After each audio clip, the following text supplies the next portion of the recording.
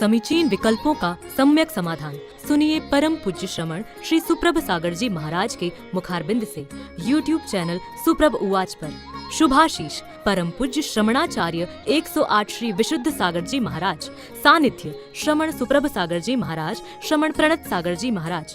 पुण्यार्जक राजीव जैन, रूपल जैन, आर्जव, आर्या, आरू जैन एवं समस्त सौरया परिवार, मडावरा, उत्तर प्रदेश। ओम नमः सतेभ्यः।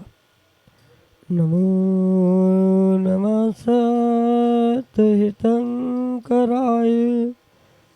वीराय भव्याम्बुजभास्कराय अनंतलोकाय सुरार्चिताय देवादिदेवाय नमो जिनाय देवादिदेवाय नमो जिनाय। पंच परमेष्ठी भगवान की जय। परम पूज्य आचार्य भगवान गुरुवर विशुद्ध सागर जी मुनि महाराज की, परम पूज्य मुनि श्री सुप्रभ सागर जी महाराज की जय। समीचीन विकल्पों का सम्यक समाधान।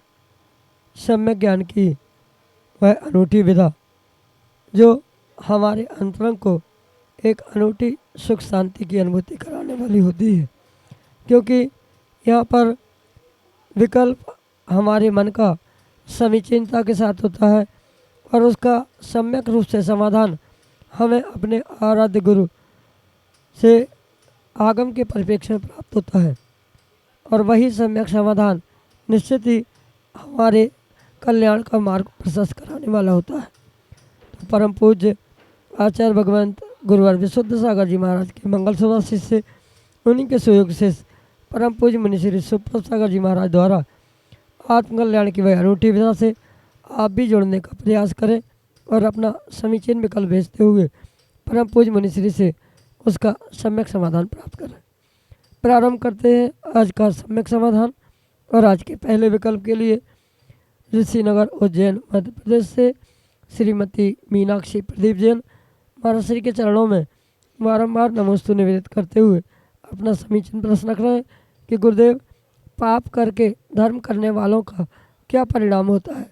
हमारे समीचीन विकल्प का सम्यक समाधान करने की अनुकंपा करें। नमोस्तु महाराज जी, नमोस्तु। ओम नमः सिद्धेभ्यः।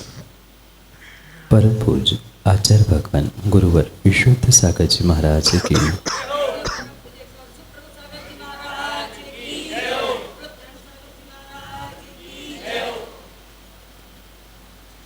पाप करते हुए धर्म का प्रदर्शन करने वाले जीवों के साथ वही हश्र होता है जो एक तिर्यंच पर्याय को प्राप्त करके हुए भी सुख सुविधाओं के साथ जीवन यापन करने वाले उस तिर्यंच के साथ देखने में आता। जैसे वर्तमान में कई सारे तिर्यंच आपने देखे होंगे जो एसी कार में घूमते हैं, एसी बंगलों में रहते हैं। कहीं ना कहीं पाप के उदय से या ऐसा कह दो कि कुछ पुण्य के उदय से उनको ये भोग, सुख सुविधाएं, एसी कार, एसी मकान आदि स्थान मिलते हैं। पर वह तिर्यंच इसी कारण से बने हैं कि धर्म पुरुषार्थ से उन्हें ये भोग सुविधाएं प्राप्त हुई है। पर जो धर्म कार्य करते हुए पाप, छल, मायाचारी की है या पाप करते हुए पाप करके धर्म करने का प्रयास कर रहे हैं, बिल्कुल उनके साथ यही तिर्यंच जैसी परिस्थिति और विपरीतता को प्राप्त करने रूप हश्र होते हुए देखने में आता। क्योंकि पुण्य पाप भले ही एक साथ चलते हैं, पर पुण्य का फल पुण्य रूप और पाप का फल पाप रूप मिलता है, ये सत्य। और ये भी बहुत अच्छे से हर कोई जानता है कि जो जैसा करता है उसको वैसा फल मिलता है। पुण्य का पुण्य रूप, पाप का पाप रूप मिलने के साथ भी ये विशेष बात ध्यान रखे कि जैसे जिस कार्य का जैसा फल है, मतलब पाप करने के बाद भी पाप का तुरंत पाप रूप ही वैसा का वैसा फल मिले ये आवश्यक नहीं है। पुण्य का पुण्य रूप फल मिले ये भी आवश्यक नहीं है। कुछ अंशों में उनका परस्पर में संक्रमण होते हुए जो अधिक होता है, मतलब पाप अधिक करके थोड़ा सा पुण्य थोड़ा सा धर्म किया है तो स्वाभाविक है पाप ही पूर्ण रूप से मतलब अधिकांश रूप से उदय में आएगा। पुण्य तो उस पाप में विलीन हो गया। जैसे करोड़ों के घाटे में लाखों का मुनाफा काम नहीं करता, ऐसी स्थिति है। और कभी ऐसा भी होता है कि जीव करोड़ों के प्रॉफिट में 1-2 लाख रुपए का नुकसान भी सहन कर लेता है, मैनेज कर लेता है। ऐसा ही है, अगर जिंदगी भर जीवन भर दिन भर व्यक्ति पुण्य कर रहा है, उसमें से थोड़ा सा पाप हो गया या कर लिया तो फिर भी वो मैनेजेबल है, समझने जैसी बात है। पर आज जो बहुत सारा पुण्य करते हुए अपने आप को धर्मात्मा बताने का पुरुषार्थ जीव करता है, जैसे कई सारे व्यक्ति कत्ल खाने खोल रहे हैं, जीवों की हिंसा कर रहे हैं, फिर भी अपने आप को धर्मात्मा बताने का प्रयास करते हैं, दूसरों के साथ छल कपट करते हुए दूसरों को कहीं न कहीं नीचा दिखाने का या दूसरों की निंदा करने का प्रयास करते हुए धर्मात्मा बनने का प्रयास कर रहे, धर्म कर रहे। धर्म का तो पुण्य मिलेगा, किसी प्रकार से धर्म का पुण्य का फल छूटने वाला नहीं है। पर अगर उससे अधिक पाप हो गया, पाप का वजन ज़्यादा है, तो वह पुण्य भी पाप में ही समाविष्ट इस प्रकार से होता है कि वो पुण्य तो कम हो जाए, पाप तो कम हो जाएगा धर्म के प्रभाव से, पर पाप का उदय भी नहीं छूटेगा। वह पुण्य और पाप का बिल्कुल खेल, जितने प्रतिशत वह पुण्य पाप करता है उतने ही प्रतिशत उसे अवश्य ही मिलेगा। इस भव में नहीं, अगले भव में जीव को अवश्य अवश्य उसका फल मिलेगा। यही आपके लिए सम्यक समझ। नमोस्तु गुरुवर, नमोस्तु गुरुवर, नमोस्तु गुरुवर। मेरा नाम मीनू जैन है, मैं लखनऊ डालीगंज से हूँ। मेरा गुरुवर से ये प्रश्न है, जैसे कि हम लोग कोई भी जाप करते हैं या पूजा पाठ चालीसा या स्रोत पढ़ते हैं तो सब में यही कहा जाता है कि पूरी श्रद्धा और भक्ति भाव से करना चाहिए, नहीं तो उसका कोई फल नहीं मिलेगा। लेकिन अगर हमारा नियम है कि हमें एक दिन में 50-60 जाप करनी है, स्तोत्र भी पढ़ना है, चालीसा पूजा पाठ सब कुछ करना है, तो एक ही दिन में अगर हम इतनी सारी चीज़ें कर रहे हैं तो हमें थोड़ा जल्दी करना पड़ेगा, नहीं तो एक दिन में सब हो नहीं पाएगा। तो थोड़ा बहुत मंत्र का इधर उधर उच्चारण होना या संस्कृत के श्लोक का थोड़ा आगे पीछे हो जाना स्वाभाविक है। तो ऐसे में हमें क्या करना चाहिए? क्या एक ही दिन में एक ही चीज़ करनी चाहिए, ऐसे नियम नहीं लेने चाहिए, या फिर क्या करना चाहिए महाराज जी? शंका का समाधान। नमोस्तु गुरु। ऐसा कहा जाता है कि कम खाओ और गम खाओ, यानी कम खाने से ही गम खाया जाता है, या जो कम खाता है वही स्वस्थ रहता है। पेट भरना है तो जो जैसा मिले वैसा खाकर व्यक्ति पेट नहीं भरता। और मात्र पेट भरने की बात नहीं है, अपितु यह विषय हमें जीवन में और धर्म में भी लगाने की आवश्यकता है। ये बात मुझे समझ में नहीं आती कि बहुत सारा करने से बहुत सारा पुण्य मिलता है, ये किस ग्रंथ में आपको पढ़ने के लिए मिला, ये सबसे पहले मुझे समझने की आवश्यकता है। क्योंकि हमने अभी तक जितना अध्ययन किया है, जितना गुरुमुख से पढ़ा है, एक ही बात हमें सर्वत्र समझ में आई है कि कम करे, गम खाते हुए करे तो वह बहुत फलदायी होता है। भले ही एक पूजा हो पर विशुद्धि के साथ, शुद्धि के साथ की जा रही है तो आपकी 10 पूजा पढ़ने से वो कई गुना अधिक पुण्य देने वाली है। 50 स्तोत्र पढ़ना, 10 चालीसा पढ़ना, 200 मालाएं फिरना, उसका उतना फल नहीं मिल सकता जितना एक बार विशुद्धि से कोई मंत्र, कोई स्तोत्र पाठ करने से मिल सकता है। क्या मैं ये पूछना चाहता हूँ, क्या मानतुंग स्वामी ने 48 बार भक्तामर काव पढ़ा था कि 48 ताले टूटे थे? उन्होंने तो मात्र एक ही बार भक्तामर स्तोत्र पढ़ा और 48 ताले टूटे। जितने जितने स्तोत्रों की महिमा है, जितने जितने पूजा पाठ मंत्रों की भी महिमा कही गई है, वहाँ दोबारा उनको कुछ भी नहीं करना पड़ा। एक बार मात्र समंतभद्र स्वामी ने स्वयंभू स्तोत्र की रचना भी प्रारंभ ही की थी कि इष्ट प्रभु के तक पहुँच पाए, कि अपने आप पत्थर फूट कर चंद्र प्रभु भगवान निकल के आ गए। एक ही भाव स्तोत्र के साथ भी यही विषय है।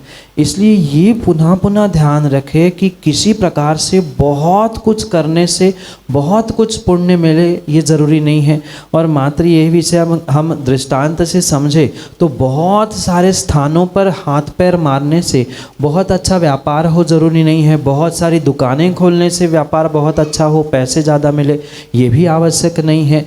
एक ही व्यापार, एक ही कार्य बहुत अच्छे से करने से काम होता है। जितने भी जीव कार्यों में सफल होते हैं, धर्म कार्य हो, लौकिक कार्य हो, वह सफल होने के पीछे का मुख्य उद्देश्य यही हुआ करता है कि वो एक कार्य को पूरे तन मन से करने का प्रयास करते हैं। और जब कहीं किसी प्रकार से किसी कार्य को हम इधर उधर करके करते हैं, मतलब जैसे आपका कहना है कि मंत्र का उच्चारण करते समय या स्तोत्र पढ़ते समय कुछ त्रुटि हो जाए, स्वाभाविक है, तो उसमें सुधार करने की आवश्यकता है। क्योंकि जल्दी जल्दी पढ़ने के चक्कर में तो कभी उसके पीछे जो उस स्तोत्र की मंत्र की सिद्धि के लिए एक आवश्यक था, ये सिद्धि के लिए भी नहीं, उसके जो फल के लिए जो आवश्यक था वो प्राप्त होना संभव नहीं। आचार्य ने तो इतना तक लिखा है कि एक बार मात्र नमोकार की अगर श्रद्धापूर्वक माला आपने फैली है तो लगभग एक उपवास का फल आपको 10-15 मिनट में मिल सकता है। पर आवश्यकता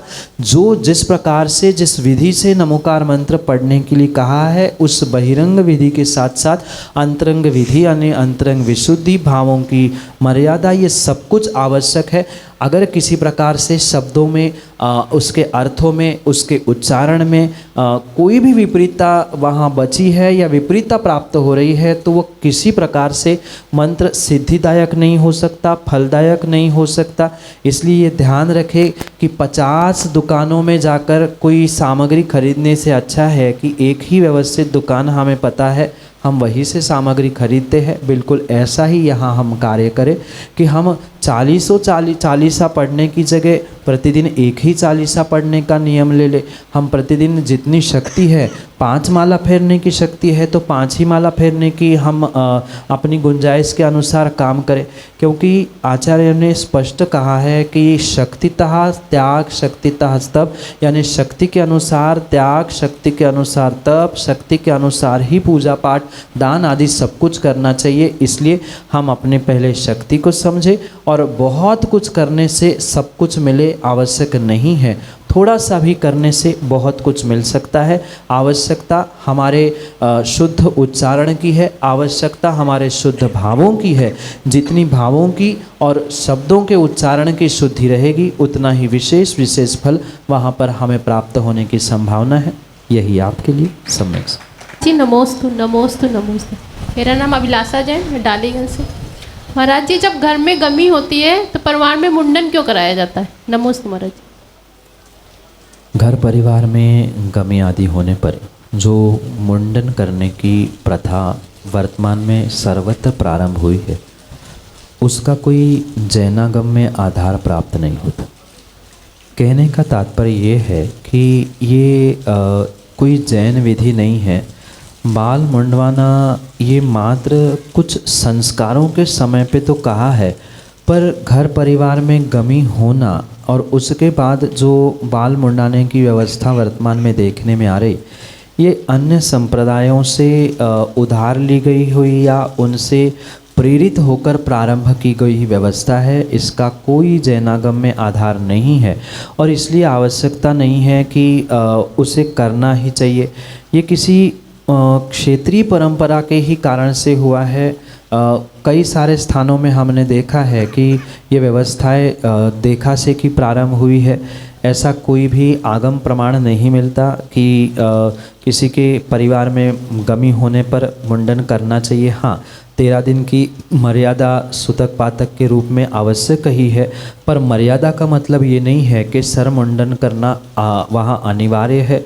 ये पुनः बात समझे कि दूसरे की जो व्यवस्थाएं थी, अरे वो करते हैं फिर हमें भी करना चाहिए, अब तुमने क्यों नहीं किया, आपके तो वो चले गए, ऐसे करते करते व्यवस्थाएं बनती गई और कई क्षेत्रों में ये व्यवस्था है। तो ये क्षेत्रीय व्यवस्था मात्र कुछ ही अन्य संप्रदाय से जो प्राप्त हुई है, देखा सेखी के कारण ही ये व्यवस्था वर्तमान में सर्वत्र सर समाजों में देखने में आ रही है। ऐसी कोई भी व्यवस्था हमारे जिनागम में, जिन शासन में, जैन धर्म में लिखी ही नहीं है। यही आपके लिए सम्यक समाधान। नमोस्तु गुरुवर, नमोस्तु नमोस्तु गुरुवर। मेरा नाम मंजू जैन, पाटोदी, लखनऊ डालीगंज से हूँ मैं। महाराज जी, मेरा प्रश्न ये है कि जैसे मैंने गुरु के सामने नियम लिया कि रात्रि भोजन और रात्रि पानी का त्याग है, उसके बाद में भी प्रतिदिन नियम लेना चाहिए कि वो चलता आ रहा है वो नियम है? नमोस्तु गुरु। माँ, अगर विधि पूर्वक आपने गुरु से कोई नियम लिया है, चाहे रात्रि भोजन पानी आदि के त्याग में हो या अन्य कोई भी किसी प्रकार से क्यों ना, उस नियम को पुनः पुनः लेने की आवश्यकता नहीं है, क्योंकि जो उत्कृष्ट विधि नियम लेने की है वो आपने गुरु के सानिध्य में ली ही है, तो उसके लिए पुनः नियम लेने की आवश्यकता बिल्कुल भी नहीं है। पर ये ध्यान में हमें हमेशा रहे कि हमारा रात्रि भोजन रात्रि पानी का त्याग है, तो उसके लिए हम पुनः पुनः कायोत्सर्ग करें कि चलो आज का हो गया, अब मैं पुनः कायोत्सर्ग करता हूँ, कल के लिए पुनः त्याग। जितना अधिक करेंगे उतना अधिक फल मिलेगा, जबकि आपका नियम है 100% है, आपको उस विषय में पाप लग ही नहीं रहा है, पर पुनः हमें याद रहे, मतलब हम उस विषय को विस्मृत ना हो पाए या उससे जो और भावों में विशुद्धि बन जाए, ऐसा पुरुषार्थ करने में कोई हर्ज नहीं है। जब हमारा त्याग है ही तो पुनः कायोत्सर्ग करके हम कहे, उसे नियम नहीं कहा जा सकता। नियम को बलवान करने के लिए हम पुनः अपने संकल्प को दृढ़ कर रहे हैं या हम अपने ही परिणामों को संभालने के लिए कायोत्सर्ग कर रहे हैं, ऐसा सोचकर हमें उसे दोहराया जा सकता है। उसे पुनः अपने संकल्प को दोहराना कहते हुए अपने आप को दृढ़ करने के लिए करने में किसी प्रकार से दोष नहीं है। ये मत समझे कि हम गुरु से नियम ले आए हैं तो अब आवश्यकता नहीं है, सो हम, क्योंकि कई बार ऐसा होता है कि ले तो लिया नियम, पर अब विषमता के कारण समझो या प्रमाद के कारण समझो व्यक्ति नियमों को भूल जाता है। तो प्रतिदिन पुनः पुनः कायोत्सर्ग करने से या अपने संकल्प को पुनः एक बार स्मृति में लाने से आगे वाले आने वाले समय के लिए स्वयं के लिए बहुत अच्छा हो जाएगा। इसलिए आप पुनः अगर कायोत्सर्ग आदि करके हुए उस संकल्प को दोहरा रहे हैं तो कोई उसमें दोष नहीं है, पर ये ध्यान रखें आपका नियम तो परमानेंट हो चुका है, हमेशा के लिए हो चुका है, उसे दोहराने में कोई दोष नहीं है। यही आपके लिए सम्यक समाधान। मेरा नाम अशोक कुमार जैन है, लखनऊ त्रिवेणी नगर से हूँ। मेरा प्रश्न महाराज जी ये है, ईश्वर ने रिश्वत लेना अन्याय बताया है, ईश्वर ने रिश्वत लेना अन्याय बताया है, पर हम ज्ञानियों ने इसे अन्य आय समझा, अन्य आय अपनाया है। अन्य आय से की कमाई से शक्लों की शक्लें तो संवरती हैं, पर अन्याय से नस्लें बिगड़ती भी हैं। मेरा प्रश्न ये है महाराज जी कि आज काम की शक्लों में रिश्वत का दाग लगने से कैसे बचाएं, जो आने वाली नस्लें ईमानदारी की फसलों से चहचहाएं। अगर आने वाली नस्लों को ईमानदारी की फसलों में किसी प्रकार से फलीभूत होते हुए आप देखना चाहते हो, तो सबसे पहले जो आने वाली नस्लों के लिए जो आज की पीढ़ी है उनको ऐसा कार्य करना चाहिए जो आने वाली नस्लों के लिए, आने वाली पीढ़ी के लिए कुछ अच्छा सबक सिखाने योग्य कार्य। क्योंकि अक्सर यही होता है, व्यक्ति यह चाहता है कि आने वाली पीढ़ी अच्छी रहे, आने वाली पीढ़ी ये ना करे, पर आने वाली पीढ़ी जो ना करे वो पहले वर्तमान की पीढ़ी तो ना करे। अगर वर्तमान की ही जब नस्ल खराब है तो उस नस्ल से आने वाली नस्ल तो स्वाभाविक रूप से ही खराब होगी। अगर कोई व्यक्ति फसल अच्छी उत्पन्न करना चाहता है तो जैसे छटे छटाए बीज की आवश्यकता होती है, ऐसे ही छटे छटाए विचार, छटे छटाई सोच, छटी छटाई दृष्टि वर्तमान के जो जीव है, वर्तमान की जो पीढ़ी है उनकी बनी रहेगी, तो स्वाभाविक है आने वाली नस्लें कभी भी बिगड़ ही नहीं सकती। आज की वर्तमान की पीढ़ी में कितनी ईमानदारी है, वो कितनी ईमानदारी से अपने जीवन में कार्य कर रहे हैं, ये समझने की आवश्यकता है। और आजकल रिश्वत जैसी जो बात है ये तो कहीं किसी एक विशेष क्षेत्र में नहीं अपितु सर्वत्र ही देखने में आ रही है। चाहे उसे आप शब्दों के साथ छल कपट करते हुए अन्याय की जगह अन्य आय करते हुए प्रस्तुत करें, पर ये ध्यान रखना आप शब्दों के साथ छल कपट कर सकते हो, पर किसी प्रकार से स्वयं के साथ और कर्मों के साथ कोई छल कपट नहीं हो सकता। आप जो रिश्वत प्राप्त कर रहे हैं चाहे उसे अन्य आय के रूप में ग्रहण क्यों ना करे, पर जब कर्म का उदय आएगा तब आप और सबकी मतलब जो कर रहा है उनकी और उनकी आने वाली नस्लें अवश्य ही उसको प्राप्त करने वाली होगी। यही आपके लिए सम्यक समाधान। नमोस्तु नमोस्तु नमोस्तु गुरुवर। मैं विभा जैन पाटोदी डालीगंज लखनऊ से हूँ। मेरा एक बहुत दिनों से एक प्रश्न था महाराज जी, आपके मुख से उसका मैं समाधान चाहती हूँ कि जैसे बच्चा पैदा होता है तभी हमने पढ़ा है कि उसकी आयु का बंध बन जाता है। तो जब हम सुनते हैं, देखते हैं, पढ़ते हैं कि बस खाई में गिर गई, उसमें 70 लोग थे, सबकी सब मर गए, तो उसमें छोटे बच्चे भी थे, बड़े भी थे, बुजुर्ग भी थे, औरतें भी थीं और कुछ के बच्चे होने भी वाले थे। तो उनका आयु का बंध महाराज जी कैसे बंधा और किस कारण से बंधा? उन्होंने क्या पाप किया था? माँ, आयु का बंध, आयु का उदय, ये दोनों भिन्न भिन्न विषय। जो जीव का वर्तमान में आयु कर्म चल रहा है, मतलब वर्तमान में जो मनुष्य बना है, ये उसके मनुष्य आयु का उदय चल रहा है। और ये जो शायद आपने सुना है, ये कहीं सुनने में पढ़ने में थोड़ी सी कमी रह गई है कि बचपन में उसके आयुबंध का आश्रय होता है।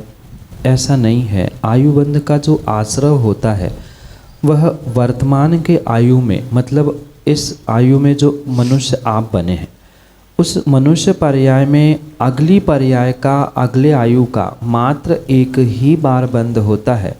उसकी व्यवस्था आगम के परिप्रेक्ष्य में इस प्रकार से है कि पूरे आयु में, माना कि किसी की आयु 90 साल की है, उस 90 साल की आयु में उसे 8 बंध अपकर्षण काल मिलते, यानी 8 ऐसे समय मिलते हैं जब अगले पर्याय के लिए, मात्र एक अगली पर्याय के लिए आयुबंध वह करता है।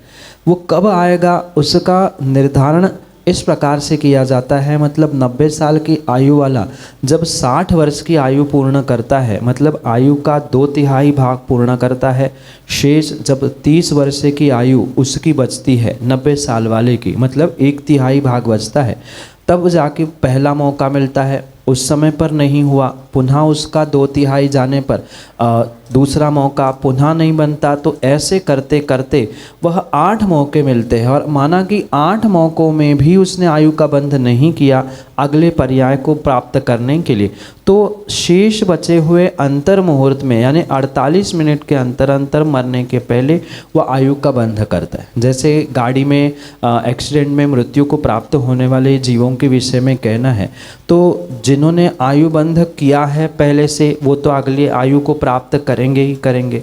उसके अलावा जो आबाल वृद्ध, छोटे बड़े, गर्भ में होने वाले जीव जितने कोई है वे नियम से मरने से पहले, मतलब अगर उनका बंध अपकर्षण के 8 मौके उन्होंने प्राप्त किए ही नहीं है, जैसे आप कह रहे हैं कि बालक है, उसकी बहुत बड़ी आयु थी और उसका मौका ही नहीं मिला है, तो जैसे मैंने कहा इन 8 मौक़ों के अलावा जब मृत्यु का 48 मिनट का समय बचता है, उस अंतर मुहूर्त में ही वह जीव अपने उस अगले पर्याय को प्राप्त करने के लिए बंध अपकर्षण काल को प्राप्त करता है और उतने में ही आयु बांधकर अपनी आयु को समाप्त करता है। जो आयु बाद में समाप्त होने वाली थी उसे कदाचित वह अकाल मृत्यु से या स्वयं की जो योग्य काल में होने वाली मृत्यु है उस पे मृत्यु को प्राप्त होते हुए मृत्यु को भी प्राप्त होता है। और उस अंतर मुहूर्त में पुनः समझना, चाहे वह बालक गर्भ में क्यों ना हो, पर अंतर मुहूर्त में वह अपने परिणामों से या जन्म लिया है तो मन वचन काय आदि अन्य क्रियाओं से आने वाले समय के लिए आयु का बंध करेगा और मृत्यु को प्राप्त होगा। अगले आयु का बंध किए बिना किसी भी जीव की मृत्यु होती ही नहीं है। पर यह सत्य है कि मृत्यु जितनी आयु लेके आया है या कदाचित अकाल मृत्यु हुआ मतलब एक्सीडेंट आदि में, तो भी वह अपने अंतर मुहूर्त में आयु को भोग कर अंतर मुहूर्त में ही आने वाली आयु का बंध करते हुए मृत्यु को प्राप्त होता है। यही आपके लिए सम्यक समाधान। समीचीन विकल्पों का सम्यक समाधान सुनिए परम पूज्य श्रमण श्री सुप्रभ सागर जी महाराज के मुखारबिंद से YouTube चैनल सुप्रभ उवाच पर। शुभाशीष परम पूज्य श्रमणाचार्य 108 श्री विशुद्ध सागर जी महाराज, सानिध्य श्रमण सुप्रभ सागर जी महाराज, श्रमण प्रणत सागर जी महाराज, पुण्यार्जक राजीव जैन, रूपल जैन, आर्जव, आर्या, आरू जैन एवं समस्त सौरया परिवार, मडावरा, उत्तर प्रदेश।